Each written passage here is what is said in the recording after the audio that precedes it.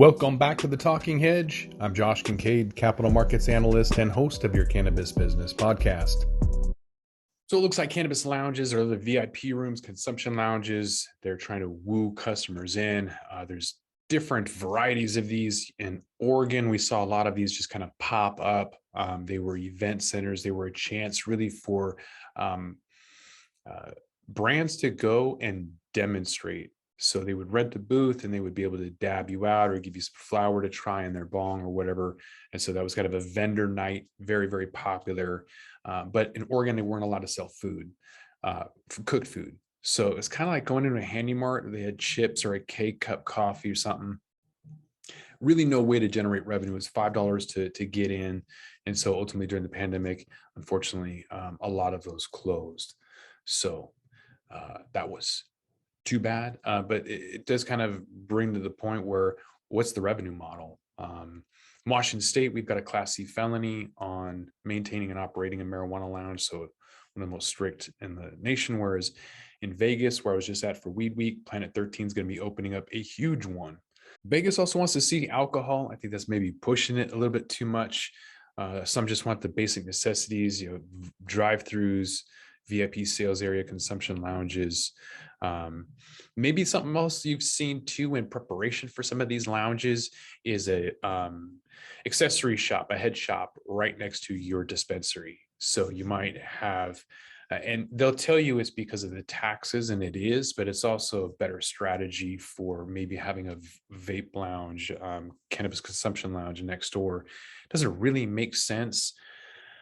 If you ask a CPA to separate the stores and have your ancillary shop so that you can not have to pay the excessive taxes, right? So 280E, this tax provision, is kind of the reason a lot of people are saying that they're having these ancillary stores next door so that they can sell pipes without having excessive taxes. I think the other strategy behind that, and maybe the real reason, is that they're hoping that marijuana lounges will be available, only accessible to maybe the dispensary store owners first, or those by close proximity. And so they're just trying to hold that location or whatever available until that happens. That's my guess. That's my theory. Otherwise, I think it's just bad accounting. I've asked several accountants, and I don't think it makes sense to not have that all, basically paying double the rent.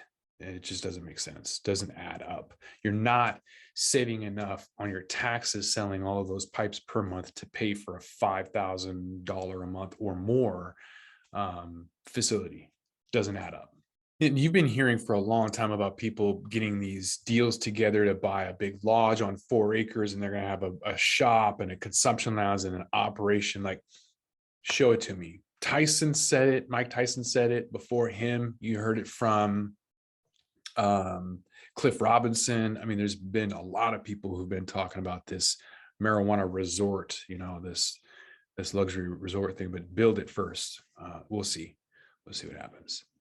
But you might have some of these legacy stores rethinking how they're doing it. So in Denver, you've got Native Roots kind of rechanging how they're doing it, want to be more similar to Apple. Everyone's trying to do that, even with pre-rolls. You see in Canada, you open up all these boxes and you think that like some kind of Apple product is in there. It's just a pre-roll. It's like a box within a box, like a Russian doll, and then there's a doob tube in there. But lots of people want convenience. They want it to look nice. They want that experience, whatever. And so there's a drive-through where they're greeted by a bud tender who's going to greet them, one-on-one consultations. I think it's a decent idea to get them out of the store using iPads to fulfill customer orders, and then having that up. I think that's the experience that people kind of are looking for, rather than a quick transactional one. It's not what people want. It's keeping a lot of people out of the store, as a matter of fact. As I mentioned, I'm working on a bill myself to overturn a Class C felony on maintaining and operating a marijuana lounge in Washington State. And so I've gone through several state bills, at least 8 state bills, and in some cases, multiple within the state. California has a couple. They have one for San Francisco. They also have one for the state itself. And so you're just kind of going through when you're trying to overturn a felony, you're trying to make cannabis consumptions a reality. There's a lot of things that you kind of have to look at that you don't necessarily haven't thought about, but you want to appease kind of everybody. Think about a lot of those different things. So creating a description of what you want when you're writing a bill, and also the use of the venue and the consumption area. We wanted to also add applications, like who was going to be able to have access to that. We wanted to be open to everybody and not just exclusive for existing license holders with social equity to have preference to that initially. And then you got to kind of have local people have their say. I mean, it's not great to have people blocking it, like New Jersey, 75% were like, no. But you kind of have to give it to the locals to make up their own mind. I've utilized lobby days to go down to our state capitol and kind of talk to senators and House reps and kind of get, pick their brains, and then just let them know that this is a revenue opportunity as well. A lot of them didn't know that the felony was out there. They don't agree with it, but it really comes down to dollars and cents. Is it something that they should even care about? So you got to put in fees, give local options. There's handler permits in case you're giving food, because we wanted to open this up to as many revenue opportunities as possible to give each person the ability to stay open. And so you got to have a food handler's permit in there. And then safety. So just like a rec shop has their own safety, they would need to have their own security and health safety standards. For the Washington State Liquor and Cannabis Board, they're going to be the ones kind of in charge of this. So submission to the Liquor and Cannabis Board is kind of what we had in there. And then depending on the sponsors of the bill and what they want, we've had additional things like an overdose prevention program, to, just put that in there if in case they want it. We might have some pushbacks. There may be a temporary event license. So if somebody wants to consume somewhere that's not a registered rec shop, so for like Hemp Fest, they can get a temporary option to smoke outside in public without getting busted. Also tourism, you want to be able to smoke on a tour bus or at a facility, that would be included. And then exceptions for public use. Responsible vendor programs, that needs to be in there to get them out there. And really just trying to offer opportunities to kind of get brands and stores and retailers, the production side, the growers, all to give them a facility to kind of come in and showcase what they have for consumers as well as business to business. It'd be great for bud tender parties to kind of get everybody access to the product. So that's essentially where I'm at in terms of Washington State and trying to overturn Class C felony on maintaining and operating a marijuana lounge. Something I've been working on since 2015 when I tried to start the Seattle Super Chronic Cafe.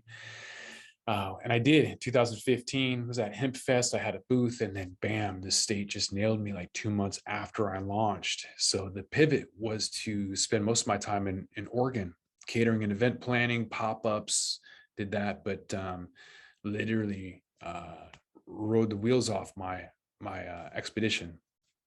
So that was kind of a good time to pivot and go and do more wholesale. So people were still looking for bean bags, but they wanted an ounce of shatter or whatever else. So I was working wholesale business to business, and that turned into consulting and advising, business development, just kind of worked my way into where I'm at now. So it's been interesting. I do want to kind of get back into this.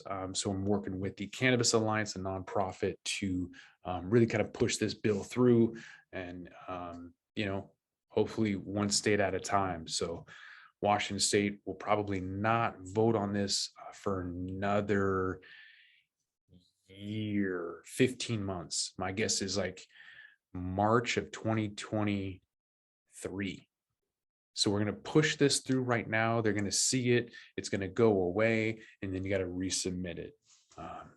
That's what we're looking at. So put it in, get it like in their forefront, and then they're going to say, we don't care. We know that. And then resubmit it same time next year, and then really push hard for the next 2 years. So not an easy thing to do. It's going to be like 7 years and 8 years in the making, but we're going to get there eventually.